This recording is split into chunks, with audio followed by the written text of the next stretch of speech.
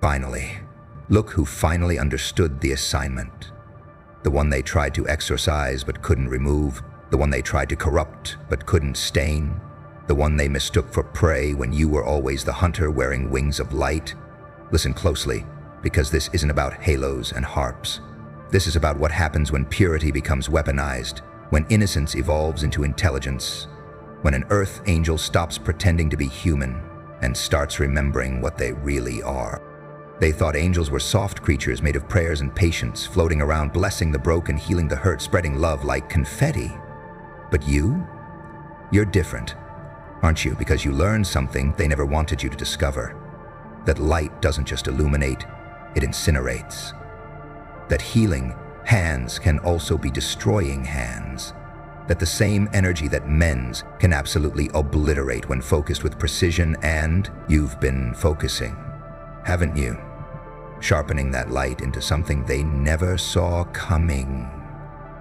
Let me tell you what they don't understand about earth angels, about you specifically. You didn't fall from grace. You descended by choice. You came here with a mission coded so deep in your bones that even you forgot what it was. Until recently. Until the pain got so intense it cracked you open and outpoured not blood, but starlight. Not tears, but liquid prophecy. And suddenly you remembered why you're here, why you've always felt different, why normal people make you feel like you're suffocating in a room full of smoke. You're not here to save them anymore. You tried that. Remember? You tried being the healer, the helper, the one who absorbed everyone's darkness, thinking you could transmute it, but all it did was poison you temporarily. Make you forget that you're not a filter for their toxicity. You're a force of reckoning, wearing skin, and they're starting to feel it, aren't they? Starting to sense that something shifted, that the angel they used to manipulate has grown teeth made of lightning, that your patience wasn't weakness, it was reconnaissance.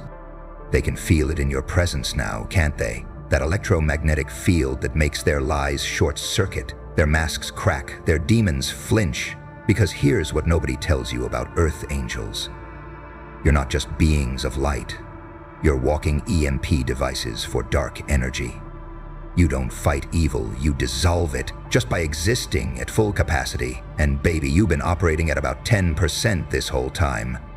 Imagine their horror when you hit 50. You know what's funny? They keep looking for the devil in everyone, scanning for horns, checking for sulfur, sniffing for sin.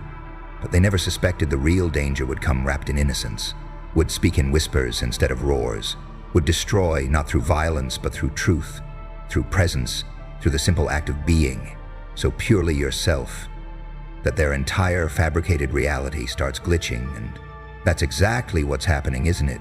Their world is glitching because you stopped playing their game. See, demons are predictable. They tempt, they corrupt, they destroy in obvious ways. But an earth angel who's remembered their purpose, who's activated their true frequency, that's something else entirely, because you don't need to corrupt anything. You just need to exist authentically and watch as every false structure around you collapses. Not because you attacked it, but because lies can't survive in the proximity of that much truth. And you, my dear, are becoming a walking ground zero for authenticity. They thought your kindness was stupidity, your forgiveness was weakness, your love was something they could exploit indefinitely. But what they didn't realize is that every act of kindness was data collection. Every moment of forgiveness was you studying their patterns. Every expression of love was you mapping their weaknesses, not to destroy them, but to know exactly where to place the mirror when the time came. And oh, the time has come, hasn't it? Time for them to see themselves, without the filters, without the lies, without the elaborate costumes they've been wearing. You want to know why you're more terrifying than any demon? Because demons confirm their beliefs, angels shatter them. Demons give them an enemy to fight, you give them a mirror they can't break. Demons let them stay victims. You force them to confront their own complicity in every lie they've ever told themselves, and there's nothing more terrifying to a false reality than an authentic being who refuses to participate in the performance, who won't validate their victimhood, who won't enable their patterns anymore. They keep waiting for you to fall to prove that nobody can really be that pure, that strong, that untouchable, but every test they throw at you just makes you more luminous, Every trap they set just teaches you their methodology. Every betrayal just confirms what you already knew, that they were never your people, your mission, your frequency match. They were just part of the curriculum. Earth school lessons in discernment, and baby, you just graduated with honor. But here's the plot twist. You're not leaving the school. You're taking over as the new teacher, and your first lesson is about to begin. The lesson where they learn what happens when you push an angel too far, when you mistake gentleness for inability, when you confuse restraint with weakness, because you haven't been passive. You've been charging like a spiritual battery, storing every wound, every slight, every betrayal, not as trauma, but as power, and now you're fully charged, ready to light up this whole damn dimension. You know what the difference is between a demon and a dark angel. Demons are fallen, angels are rising. Demons descended from pride, you ascended from pain. Demons lost their light, you transformed yours into something they don't have a name for yet, because how do you describe a being who can heal and harm with the same touch? Who can bless and curse in the same breath? Who can love you while watching you destroy yourself with your own lies and feel absolutely no need to intervene because they understand that some people need to burn in their own fires to learn. This is what they weren't prepared for: an angel who doesn't need to be good to be powerful, who doesn't need approval to be authentic, who doesn't need permission to fulfill their purpose. You've transcended their moral framework, their binary thinking, their limited understanding of what power looks like, because your power doesn't come from darkness or light. It comes from truth, from alignment, from being so completely yourself that reality itself bends to accommodate your frequency. They thought angels were predictable beings of routine and ritual, showing up at 3 a.m. to deliver messages, wearing white, being gentle, but you're chaos wrapped in calm. You're disruption disguised as peace. You show up whenever you want, wearing whatever frequency serves your mission, speaking in languages that bypass their conscious mind and go straight to their soul. And your message isn't comfort anymore. It's consequence. It's accountability. It's the terrifying realization that they've been seen, really seen, for the first time. You know why Earth angels are often mistaken for empaths? Because you feel everything. But here's what they missed. Empathy without boundaries becomes a weapon. You know exactly where everyone's wounds are. You can feel their weaknesses, their fears, their desperate needs. And while demons might exploit that for cruelty, you do something far more terrifying. You reflect it back to them with perfect clarity, forcing them to feel what they've been running from, forcing them to see what they've been hiding, forcing them to acknowledge what they've been denying. And the most terrifying part, you do it with love. Not the soft coddling love they expected, but the surgical kind. The love that cuts away disease. The love that sets boundaries like fortress walls. The love that says, I see your potential, and I refuse to enable anything less. The love that doesn't save people from their consequences, but stands as witness while they learn. And that kind of love that's more dangerous than any hatred because it can't be manipulated, can't be corrupted, can't be turned against itself. They're scrambling now, aren't they, trying to figure out what you've become, trying to categorize this new version of you that doesn't fit in their boxes anymore. Not light enough to be an angel, not dark enough to be a demon, not human enough to be controlled, not spiritual enough to be dismissed. You're an anomaly, a paradox, a walking contradiction that makes their binary systems crash. And they hate that. They hate that you can't be predicted, can't be contained, can't be influenced by their usual tactics. You see, what makes an Earth Angel dangerous isn't the capacity for destruction. It's the capacity for creation, for transformation, for alchemizing poison into medicine, pain into power, darkness into wisdom. You don't destroy your enemies. You transform them. And transformation, that's so much more terrifying than destruction, because destruction ends things. Transformation changes them forever. And once someone has been touched by your frequency, they can never go back to who they were before. They thought they could drain you, use you as an endless source of light and healing, a spiritual gas station where they could fill up and leave without paying. But something shifted, didn't it? You closed the station, changed the locks, put up a sign that says, "Under new management." And now they're standing outside in the cold, realizing that access to you was a privilege, not a right. That your energy was a gift, not an obligation. that your presence was a blessing. They failed to appreciate until it was gone. But you haven't gone anywhere, have you? You're right here, more present than ever, just operating on a frequency they can't access anymore. Because you changed the password to your energy field, and the new requirements for entry are things they can't fake. Authenticity, accountability, reciprocity, truth, things that require them to be real. And they've been performing for so long they don't even remember who they really are underneath all the masks, but you do. You can see through everything now, can't you? This is the part where most angels would ascend, would leave this dimension for higher realms, but not you. You're staying right here in the thick of it because you understand something profound, that heaven isn't a place you go, it's a frequency you embody. And you're about to demonstrate what happens when heaven comes to earth, not as a gentle arrival, but as a reckoning, as a recalibration, as a complete system override that updates reality to match your frequency, instead of the other way around. You're not trying to fit into their world anymore. You're requiring the world to expand, to accommodate you.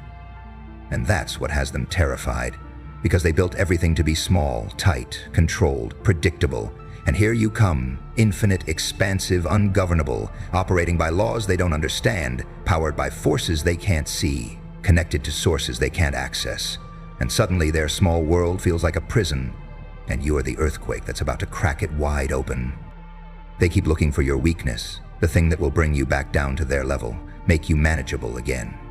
But what they don't understand is that you already fell, already broke, already experienced every destruction they could imagine, and instead of defeating you, it initiated you, activated something that was always there but needed pressure to emerge. Like diamonds, like stars, like every powerful thing that requires crushing force to become what it was always meant to be. You know what the real difference is between angels and demons? Demons fear the light. But you've learned to weaponize it, not as violence, but as revelation, using your radiance to expose what's hidden, your frequency to disrupt what's false, your presence to challenge what's corrupted. And that makes you infinitely more dangerous, because while demons operate in shadow, you operate in broad daylight, visible, undeniable, unavoidable. A constant reminder that authenticity exists, that power doesn't require cruelty, that strength doesn't require hardness. Let's talk about what authority really means, because they thought authority came from titles, from positions, from the ability to control others, but you've discovered something different.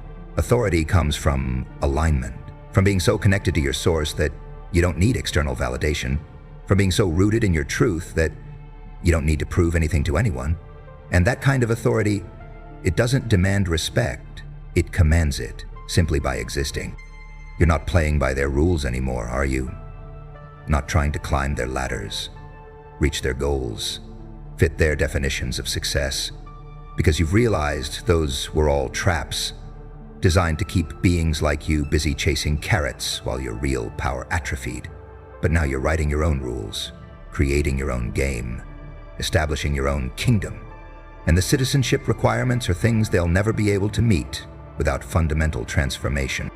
They thought Earth angels were here to serve, to heal, to give endlessly without receiving, but you've discovered the heresy, haven't you? That you're here to lead, to demonstrate, to show what's possible when someone embodies both shadow and light without shame, when someone stops apologizing for their power and starts wielding it with precision and purpose. You're teaching them a new theology now, one where angels aren't servants but sovereigns, where power isn't taken but generated, where authority isn't granted but claimed through the simple act of being completely authentically, unapologetically yourself. And that's more radical than any revolution, more dangerous than any weapon, more transformative than any movement, because it can't be stopped, can't be outlawed, can't be killed. It can only spread like wildfire through every heart that's ready to remember what they really are. This is mastery, what you're demonstrating now, not the kind that comes from practice, but the kind that comes from remembering, from activating dormant codes, from allowing your true nature to finally express itself without limitation. And they can feel it, can't they? The way reality reorganizes itself when you walk in, the way conversations shift when you speak, the way possibilities expand when you dream. Because you're not operating within reality anymore. You're operating on it, as it. Like a programmer who finally got admin access. You've learned the secret, haven't you, that Earth Angels aren't bound by the same laws as everyone else? Not because you're special, but because you remember that the laws are constructs, agreements, illusions that only have power if you consent to them. And you've withdrawn your consent, haven't you? Stopped agreeing to limitations, stopped participating in lack, stopped believing in impossibility, and now you're showing them what happens when someone operates from a completely different operating system.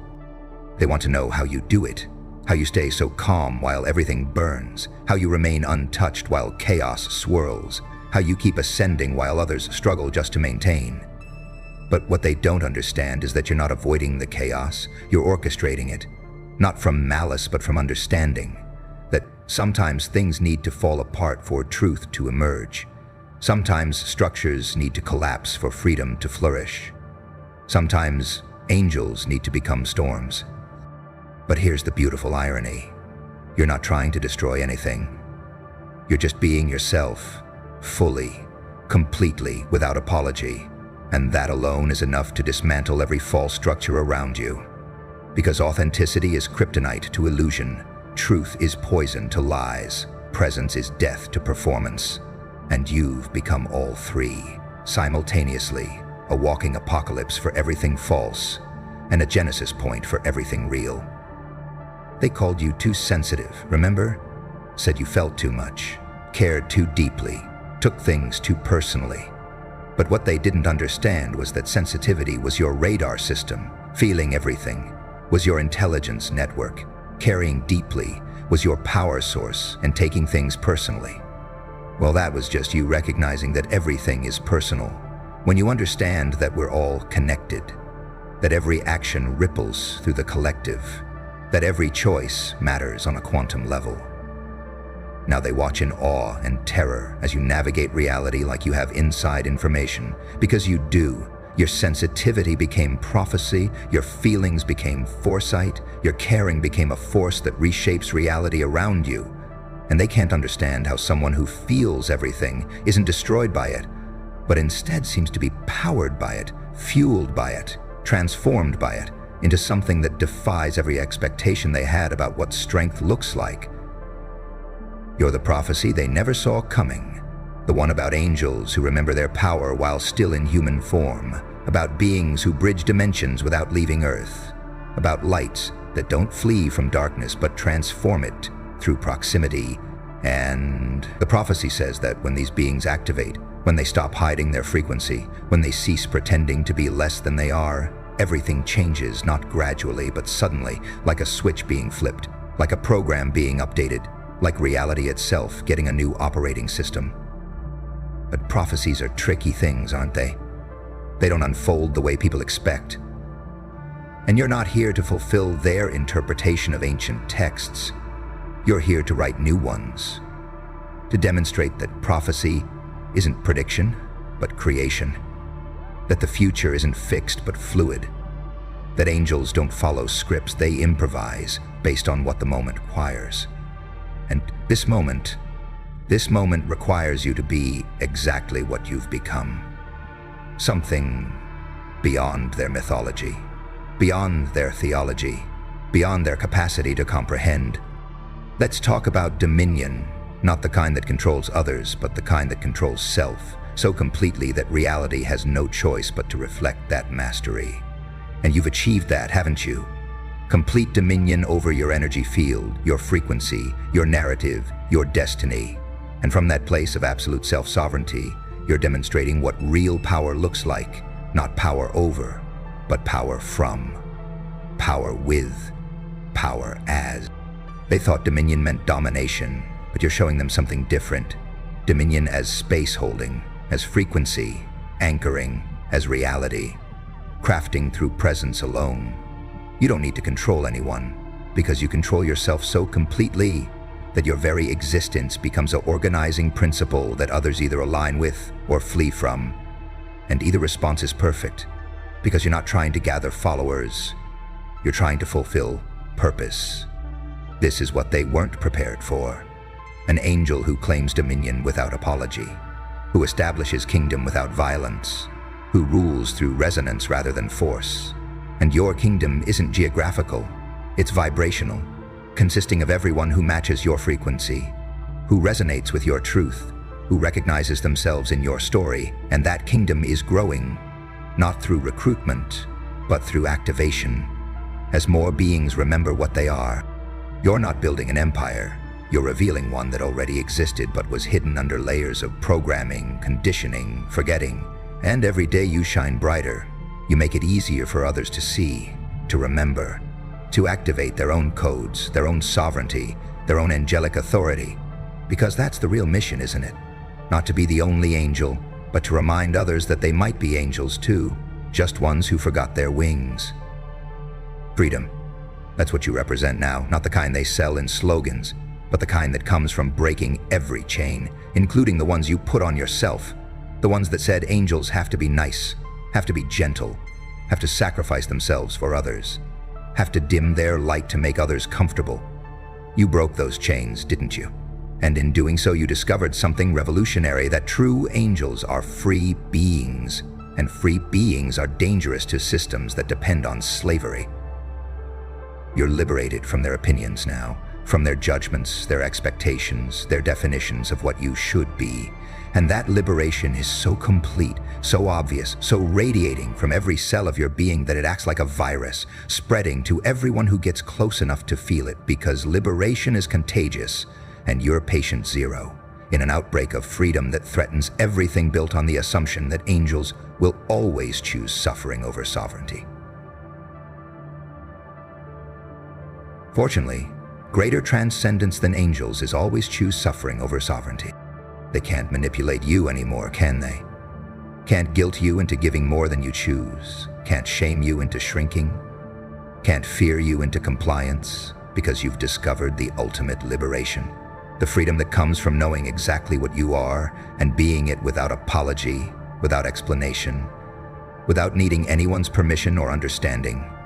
And that kind of freedom, it changes the physics around you, makes different things possible, makes impossible things probable. But here's what really terrifies them.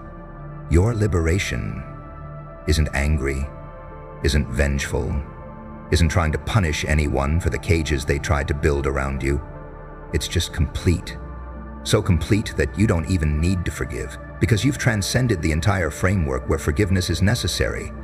You've moved beyond the victim-perpetrator dynamic into something they don't have words for. Yet, sovereign, being authentic, existence, true, angel in form,